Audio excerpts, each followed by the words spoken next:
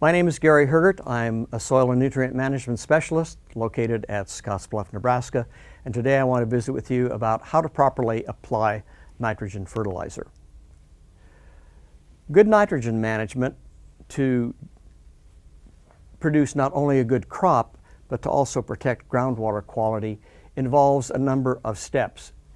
Some things that we need to understand to do a really good job of managing nitrogen and irrigation to protect groundwater quality is, number one, how nitrogen is used by the crop, when nitrogen is used by the crop, what environmental influences affect the use of fertilizer nitrogen by the growing crop, and how management of both nitrogen and irrigation water affect the leaching of nitrate in the soil.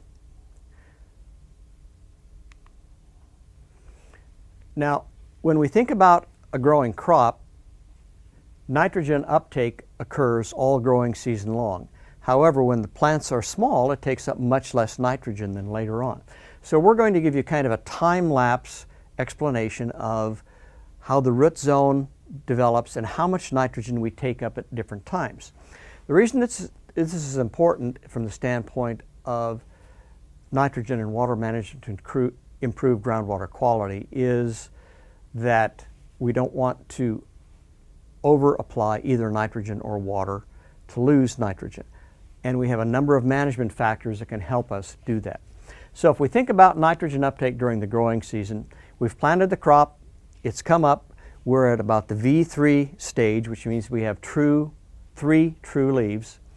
So at this point in the season, as you can see, we are taking up some nitrogen, but by this point in the season at the 3-leaf, we've probably taken up only 10 pounds of nitrogen per acre.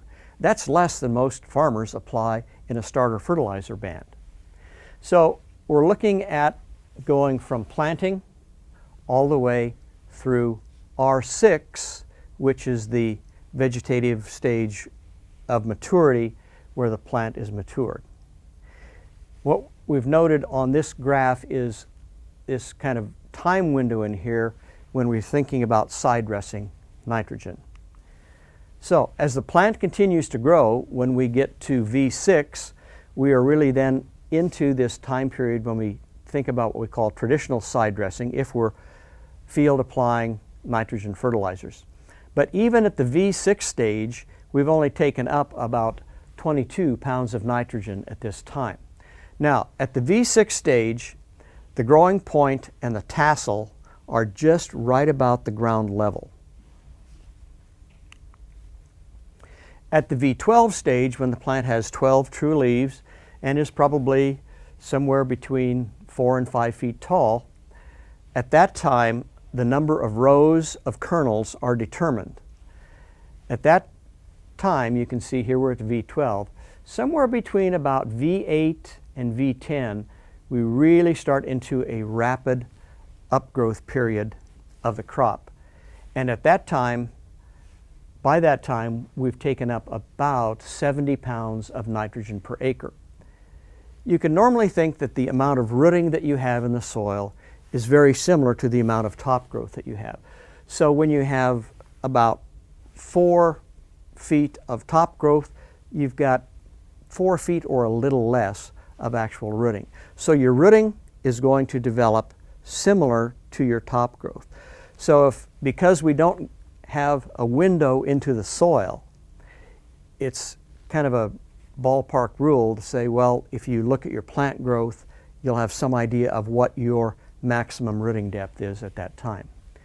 As the plant continues to grow, by the time we get to silking, which is the R1 stage, that's when we have reached the maximum nitrogen uptake.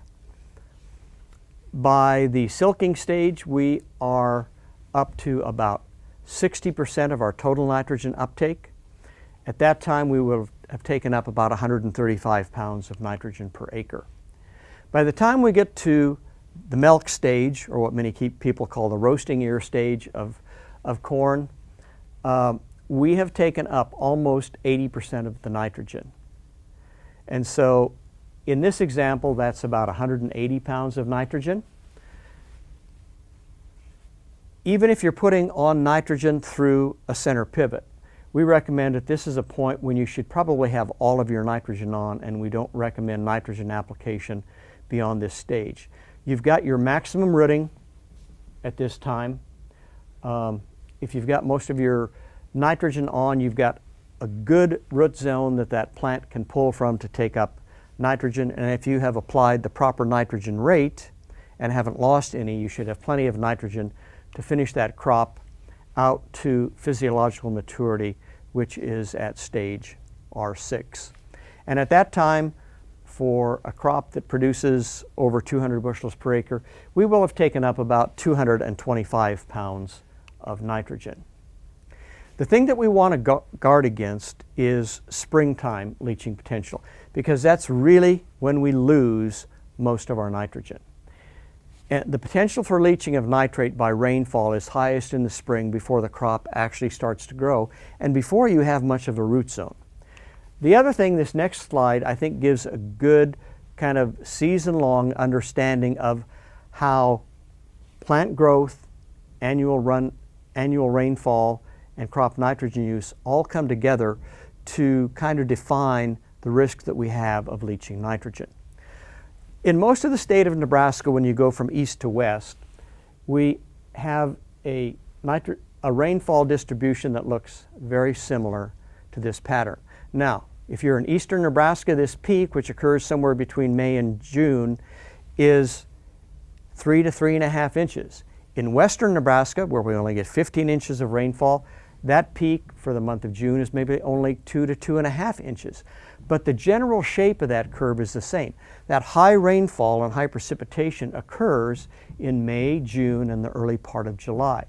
Well, that is our highest period for potential of leaching of nitrogen and also having runoff. Because at that point in the season, if you think back to the developing plant, we don't have a very tall plant at that time. We don't have much of an effective root zone. So if we overfill the soil with water and we've got our nitrogen there and we move water, that water is going to move that nitrogen, primarily nitrate, down with the wetting front of the soil. Now, if we don't oversaturate that soil and we capture that in the effective root zone, we can catch that nitrogen later as the plant roots grow. But if we continue to have rainfall or we over-irrigate, we continue to move that nitrogen down through the soil, and eventually we'll get it beyond the effective range of the root zone and we will not be able to recapture it. So in this example, the rainfall comes early. Our main crop and nitrogen use come later in the season. So really, if you remember when we were talking about the nitrogen uptake, that occurs really pretty much starting quite rapidly the first part of July up through August. It tapers off a little bit, but even into September we have quite a bit of nitrogen uptake and also water use. So managing our water in the early part of the season and managing our nitrogen from the standpoint of timing are two keys to making sure that we don't lose and leach that nitrogen. When we effectively use nitrogen, we just have a term we call nitrogen use efficiency. And nitrogen use efficiency is simply the percent of the applied nitrogen fertilizer that's recovered in the harvested portion of the crop. Now, many times if we're harvesting grain, we're leaving the stover, but we're really looking at the amount of nitrogen that we took up in the stalks and also the grain. One of the more important things that we've done over the years in Nebraska is we've spent a lot of research and time on trying to improve our nitrogen recommendations for corn.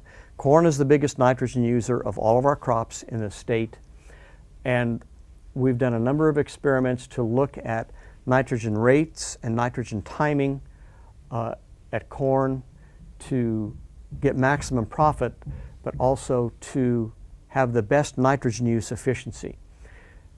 Back in the early 2000s, we redid a series of nitrogen rate studies called the Nitrogen Soil Fertility Project. A number of us were involved in this, where we had locations across the whole state of Nebraska at a whole range of fertilizer nitrogen rates when we were trying to see about how we could, if our nitrogen recommendations were adequate for the new higher yields we were producing, and also how we did in terms of our residual nitrate. We had nitrogen rates that went all the way out to 300 pounds per acre, which no one would use these days. But actually back in the 1970s, when anhydrous ammonia was very cheap, we had a lot of farmers then when they were producing 150 bushels of corn who were putting on 200 to 250 pounds of nitrogen. So through these experiments, what we did, we put on nitrogen rates in 50-pound increments. Then we would create a yield response function. We did this for continuous corn or corn after corn. The data on this slide just shows the actual yields. We had check yields from as low as 80 bushels. We had corn plots that yielded up to almost 270 bushels per acre. In our earlier data set that we used to develop our nitrogen recommendations, our yields 20 years ago were maxing out at about 200 bushels. So we really needed a data set that reflected the higher yields that we're producing today. We can translate those yields into a relative yield. When we do that, it takes out some of the variability. But if we look at corn after corn, the different colors represent the different areas in the state. What we found in some places, if we had high residual nitrate, we didn't get much of a response to nitrogen. Generally, however, if we applied no nitrogen, we had yields that ranged from as low as 90 bushels per acre up to 220. If we averaged all of the sites, and over time we did about 35 sites across the state, our average yield without nitrogen was about 62% of the maximum yield. And that's generally what we find, is that if you've been fertilizing a field following normal farming practices, if you plant a crop the next year and put no nitrogen on for corn, you'll get about 60% of your average yield. Now, the yield increase that we got from the nitrogen that we put on ranged from only 15 bushels an acre up to 130. But in general, on corn following corn, when we applied a proper rate of nitrogen, we generally had a difference between the check and the response of about 90 bushels per acre. We also did this for corn following soybeans. What we found with corn following soybeans was that with no nitrogen, we yielded all the way from 105 to 210 bushels per acre. Our average yield of corn without any nitrogen following soybeans was about 72% of the maximum yield. Now, if you remember on the previous slide, that was higher. For continuous corn, that number is only 62%. So we know that soybeans do fix some nitrogen, and we're seeing that reflected in a higher check yield with no nitrogen. The yield increase that we got from nitrogen applied to corn following soybeans was 20 to 95. Our average yield increase was about 64 bushels per acre. If you remember, when we were corn following corn, it was 88. So this is a good indication that we are getting a nitrogen effect from those soybeans. We do have a soybean credit that we give when we make our nitrogen recommendations of about 45 pounds. That's kind of an average. You can see if we just take the difference here between 64 and 88, it's maybe a little less than that, but in most cases we feel the 45 is a pretty good value. With that, all of this data, we use these values in our nitrogen recommendation algorithm, and we found that the equation that we use still is a very good predictor for the amount of nitrogen that we need for today's higher corn yields when we have a lot of producers that are hitting 230, 240 bushels per acre, sometimes even 250. And we have a data range in this data set where we produced up to those high yields in our plots. We were producing at the maximum 260 to 270 bushels per acre. Now, whenever you apply nitrogen to growing corn, you get what we call a curvilinear response. So you have a yield, you have an almost linear increase, but then as you continue to add nitrogen, the yield that you get for every additional pound of nitrogen begins to decrease. And it's a kind of a diminishing return. Now, we can apply a lot of nitrogen to today's hybrids. Back when I started with the university, when we went out to these high nitrogen rates, we actually saw this curve tail off. We had lodging, we had stock quality problems. Today's newer hybrids will stand higher nitrogen rates, but that doesn't give us any yield increase, and it causes some other problems. And that is, anytime we fertilize corn with nitrogen, in addition to the yield curve, the thing that we don't see, if we go into these plots and soil sample after the crop is gone, we will see that the residual nitrate level has a curve, and that as we increase nitrogen rate, we also increase the nitrogen that we leave in the soil, the unused nitrogen. What we find is that once we hit the point of our maximum yield, which in this case would be somewhere back in here, then that nitrogen, that residual nitrate, really begins to go up. So we know that if we over-fertilize, we may not suppress the yield of the crop, but we will greatly increase the residual nitrate in the soil. Now, if we're in a drier climate, we can recapture that nitrogen in the next crop if it's not too deep in the profile. But in a wetter climate, if we leave a lot of nitrogen in the soil, we have the risk of losing that nitrogen if we have high rainfall the next spring and the soil is wet. So if we take this curve and we look at some different points on it, I've just taken 3 points on here and I looked at nitrogen rates C, B, and A. We take those up. We're going to show you the yields at point C, B, and A. We're also going to show you what you have as residual nitrate at point C, B, and A. Okay? So in a scenario where we're producing about a 230 bushel corn crop, at point A, we applied 100 pounds of nitrogen. And this is very typical of the data that we saw from that NSFP project that I showed you earlier. At 100 pounds of nitrogen, we produced 165 bushels of corn. Our hybrids today have very good rooting systems. They use the mineralized nitrogen, they use the fertilizer. We're getting great nitrogen efficiency, but we're not maximizing our yield. At that low level of nitrogen, we still have some residual nitrate. If we would have put no nitrogen on, we would still see residual nitrate.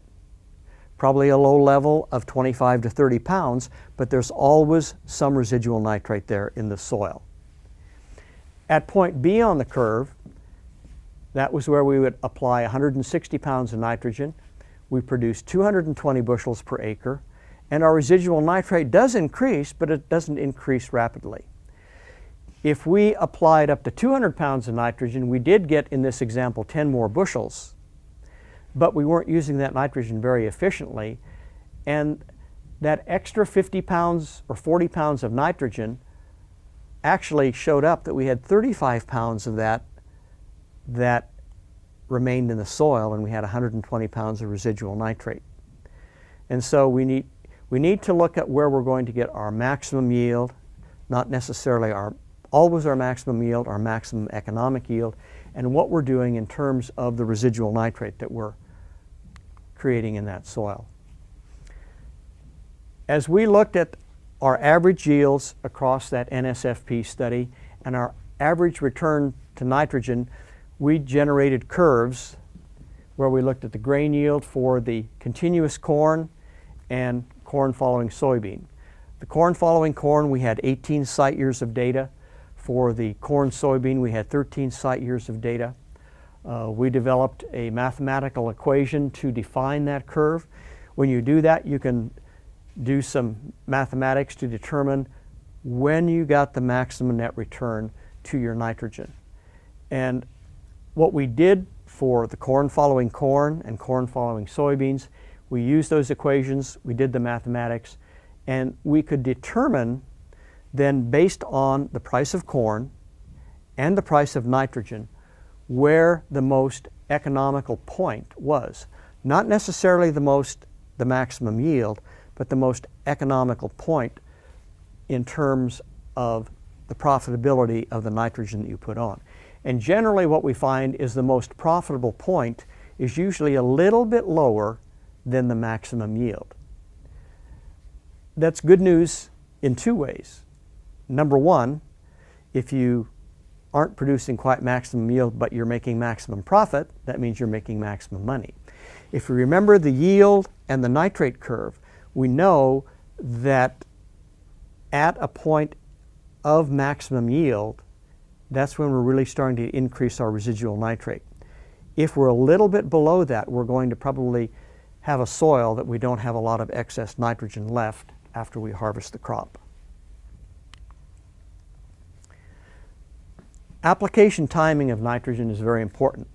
Earlier we discussed how the crop grows, when it's taking up the nitrogen, how much of a root zone that you have, the capacity to take up that nitrogen.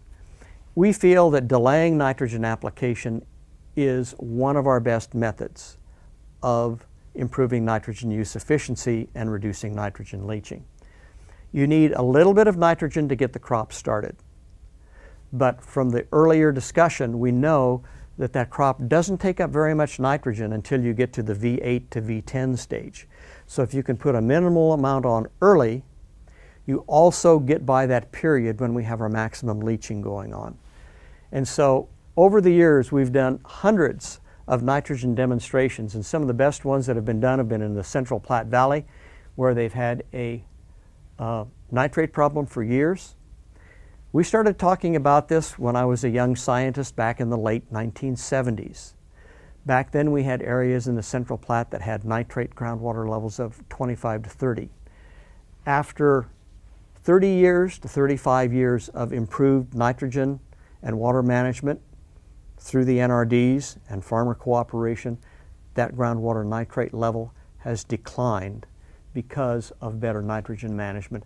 And a lot of it was convincing farmers with these nitrogen demos that were done to look at effective nitrogen rates for really getting the right nitrogen rate to get the right yield.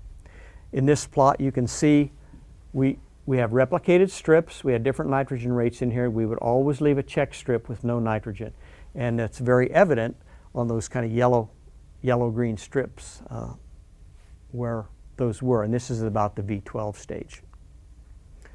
So again, if we go back and if we look at nitrogen across the growing season in terms of the uptake, early on, May and June, not much uptake. It really starts to take off about the middle of June. We get a very rapid uptake, which then reaches its maximum right at about tasseling time or early ear fill, and then that declines somewhat as we go toward physiological maturity. All of this plays into the timing of the nitrogen application. Crops have their highest use of nitrogen during that rapid growth period.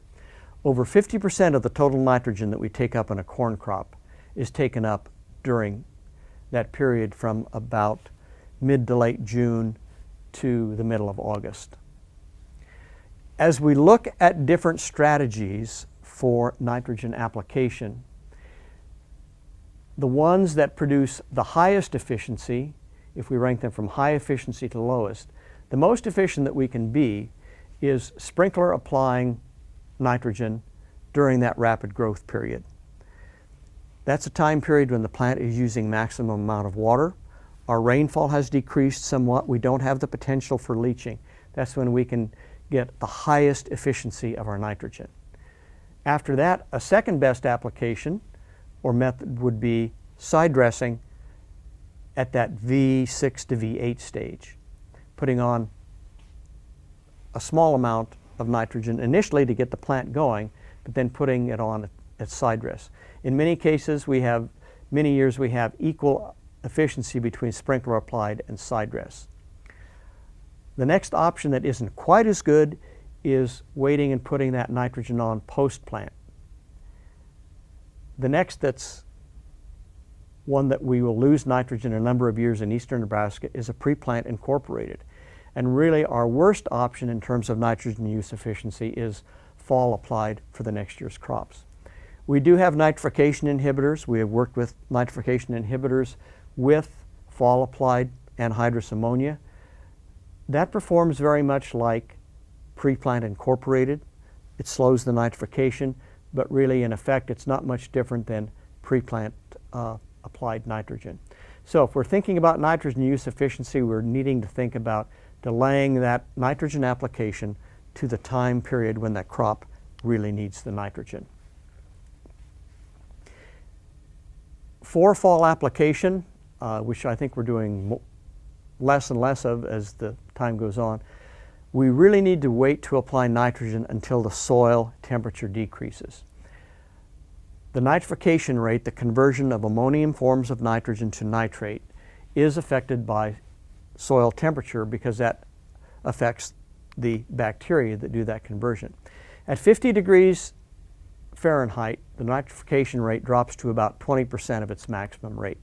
So if you are going to fall apply, we tell farmers they should wait until the soil temperature is below 50, and that usually happens about November 1 in south central Nebraska. Also, the other thing with fall application, if that really is the preferred method, it probably is a good idea to consider using a nitrification inhibitor. So this is just a change in the soil temperature from the first part of September through November into December. And you can see we hit that 50-degree threshold somewhere about the 1st of November. The thing is that in the springtime when soils begin to warm, that nitrification accelerates, so any fall applied nitrogen that converts to nitrate can be subject to leaching by those spring rains during that high rainfall period of those months, May, June, early part of July.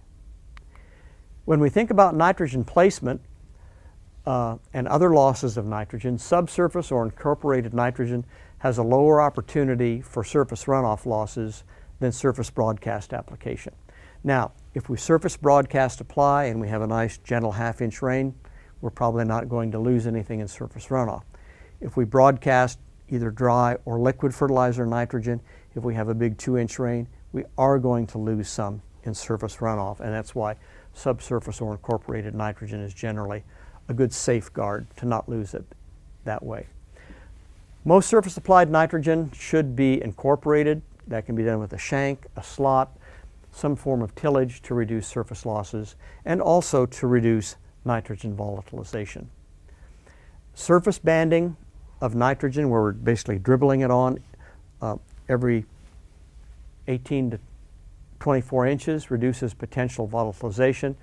The other tools that we have these days, we do have a number of urease inhibitors which slow the conversion of the urea portion of fertilizers, whether it's dry or whether it's in liquid.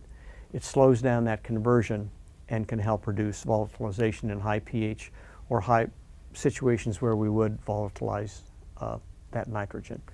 And that urease inhibitor will reduce volatilization.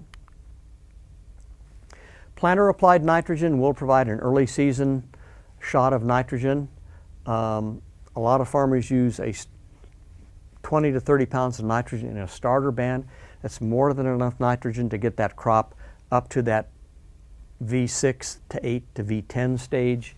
If you do that though, you need to make sure that that fertilizer band is at least 2 inches away from the seedling to avoid salt injury or ammonia toxicity. With furrow irrigated ridge till, banding on the side of the ridge can reduce downward percolation of nitrogen, but we feel our most effective and efficient means of applying nitrogen is split applying numerous times as we put water on during the growing season if you have a center pivot. And that can really improve the nitrogen use efficiency. Different nitrogen sources for protecting groundwater quality.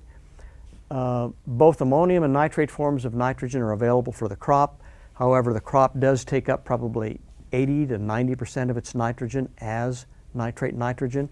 So ammonium forms need to be converted to nitrate, and that happens naturally by the soil bacteria. Anhydrous ammonia is the only fertilizer form that is totally non-leachable immediately after application. You can put on ammonia, have a 4-inch rain, you can move water. The ammonia is held tightly to the soil, it won't move. Once it nitrifies though, nitrate is the soluble form of nitrogen and it moves with the wetting front of the water. Urea, before it is converted to the ammonium form by the enzyme urease that's in the soil, actually can be leached. But that conversion to ammonium happens fairly quickly, probably within 1 to 3 days of application. Just a little bit of fertilizer arithmetic and looking at the cost of nitrogen. This winter, anhydrous ammonia earlier was running about $770 a ton. If we calculate that out, that turns out to be about 47 cents a pound of nitrogen. Most of our dry and our liquid forms of nitrogen, because of increased manufacturing costs, do cost more. Nitrogen solution is 320 a ton versus 770. But when we calculate it out on the cost per pound of nitrogen, at that price it would be about 63 cents per pound. Currently, ammonia is running around 50 cents a pound or more, and dry and liquid forms of nitrogen are running about 60 cents per pound of nitrogen. The thing that we know when we apply nitrogen at the right time and incorporate it, and that we split it as a part of that right timing, all nitrogen sources will provide good crop nutrition. And good nitrogen management coupled with good water management will do a lot in terms of improving our groundwater quality. Thank you.